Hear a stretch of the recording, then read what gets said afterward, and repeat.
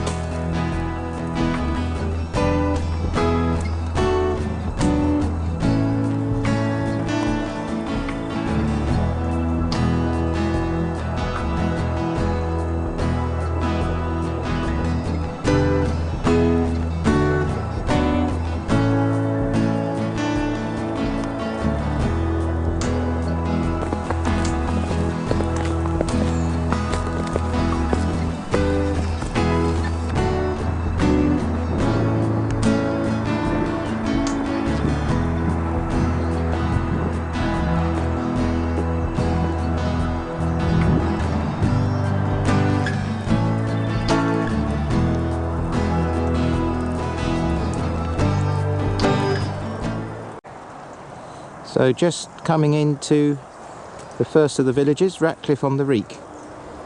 And like all villages around here, Ratcliffe on the Reek has been here since prehistory, with evidence of Bronze Age and Iron Age artifacts found. So the Anglo-Saxons called this place the place by the Red Cliff or bank beside the Reek. The Reek is called the Reek because it means the winding one. So the full translation of Ratcliffe on the Reek is the place by the red bank by the winding one. Sounds rather more romantic than Ratcliffe on the Reek, I think. And here's the lovely old church. In common with all these villages, they have massive churches that generally date from about the 12th or 13th century. Probably built by the lord of the manor. And all these villages have inventive uses for their disused telephone boxes. Ratcliffe's is unique. I've not seen this before. This is the Ratcliffe Book Exchange, where you can leave a book you've read and pick up another one. Normally they put the defibrillator in the phone box, but in Ratcliffe they stuck it on the side of the village hall. And somewhere I read that Ratcliffe is too small to have a parish council. Instead, all the villagers meet in big meetings to decide what to do, but then I found the Ratcliffe Parish Council website, so not quite sure what to believe there. And here we are, 19 to 21 Main Street. Ratcliffe used to have a pub, the Fox and Goose, now just converted to residential housing. So this field, though you can't really see it, is ridge and furrow, which was the method of farming in medieval times. Each tenant of the lord was given a strip of land, which is why you get the ridges and the furrows in the fields. And then the Enclosure Act of 1755 got rid of that system and enclosed the fields in the pattern we see today, dispossessing a lot of the poor people from the land and dividing the land up amongst the rich farmers. And here we have Ratcliffe Heliport again, and I now suspect that this may be the site of Ratcliffe Aerodrome, which was opened in 1930 with grand fanfare. Said that Amy Johnson herself attended, and then became RAF Ratcliffe in the Second World War, which was an airfield for the delivery of planes to the front line aerodromes.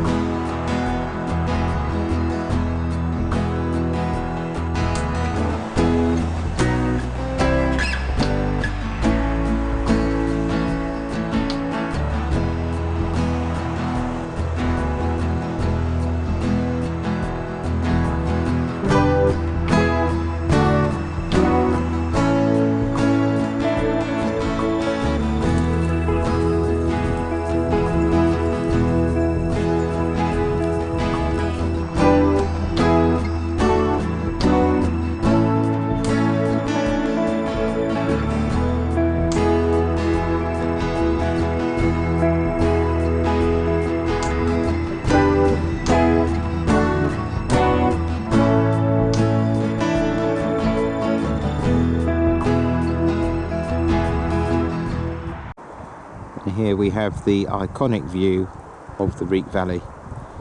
Looking very different today in the snow than it normally does.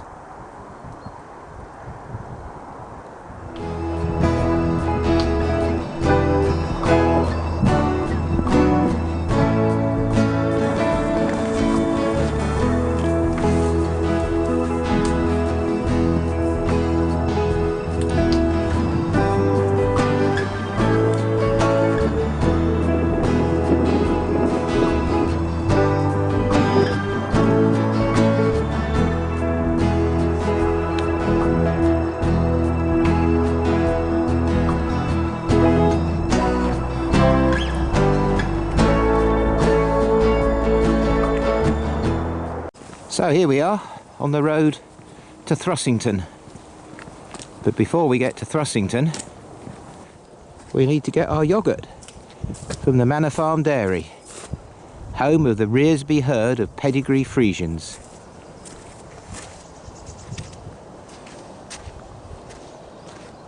So here we are. This yoghurt is apparently made on this farm, and they've got a little honesty box here. You help yourself and put the money in the box. Brilliant. So the fridge on the left is their low-fat offering, very nice and fairly healthy. And the fridge on the right is their full-fat offering, which is absolutely delicious. So that's the yoghurt got. Now on to Thrussington. So just coming into Thrussington, which is another settlement that dates back to Iron Age times. Iron Age remains have been found here, and it appears in the Domesday Book as Thurstonstown, which literally means Thurston's town or settlement. So another Anglo-Saxon village dating back 1,000 years, like they all seem to around here, apart from East Goscott of course. Thrussington's a nice village, a bit larger than Ratcliffe, and has 2 pubs, and like a lot of these villages, doesn't quite have enough custom to support the 2 pubs, and so this one changes hands on a regular basis. Whereas this one, which is a bit of a gastro pub, seems to do pretty well. And here's the green. Fond memories of Prof. Tony Gerschlich, an erstwhile colleague of mine, who used to put on a jazz festival on this green every summer. Jazz on the Green. Great afternoon and evening. Raising a lot of money for the BHF. Sadly died of COVID just before Christmas and will be greatly missed. And a slightly more conventional use of their disused telephone box to house the village defibrillator.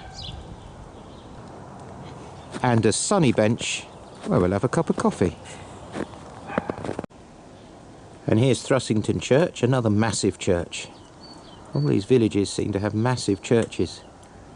This one's 14th century, was rebuilt a couple of times in the 19th century. And it's a lovely church. You may remember this lane that was completely underwater, so let's see whether we can get down it this time. So a bit soggy, but not as bad as last time we were standing here. So now we're heading for the mill on the Reek at Thrussington. See whether we can get through there without getting wet knees.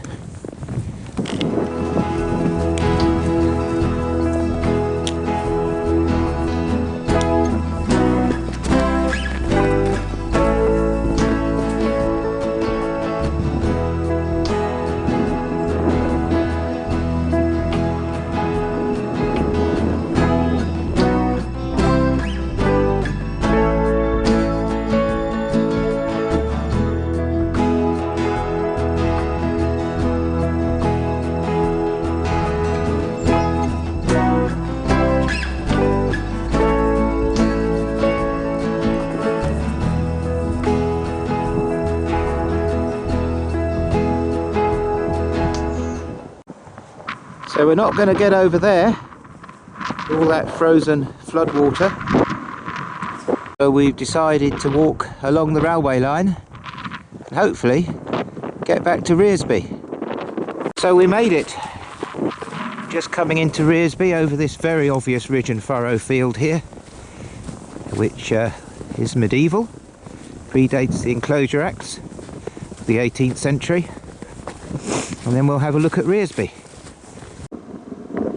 And I think that this is the first snow spider that I've ever seen. So here we are coming into Rearsby, settled by the Danes in the 9th century. And B, as we know, means settlement. Probably a perversion of Hethar's farm, Hethar's B, perverting to Rearsby over the centuries. There's the convent. Rearsby's a bigger village than Thrussington and Ratcliffe, mainly because the old road used to go through it. So maybe this church is more appropriate in size. Started in the 13th century, but it took 200 years to build. So Rearsby's the closest village to East Goscott.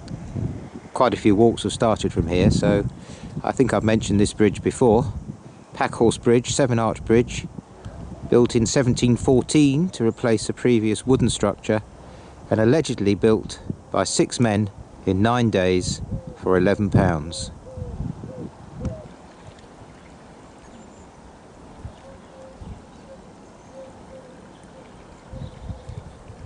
And here's the old house, which has appeared in previous videos. 1613, it says on it. So it's been here quite some time.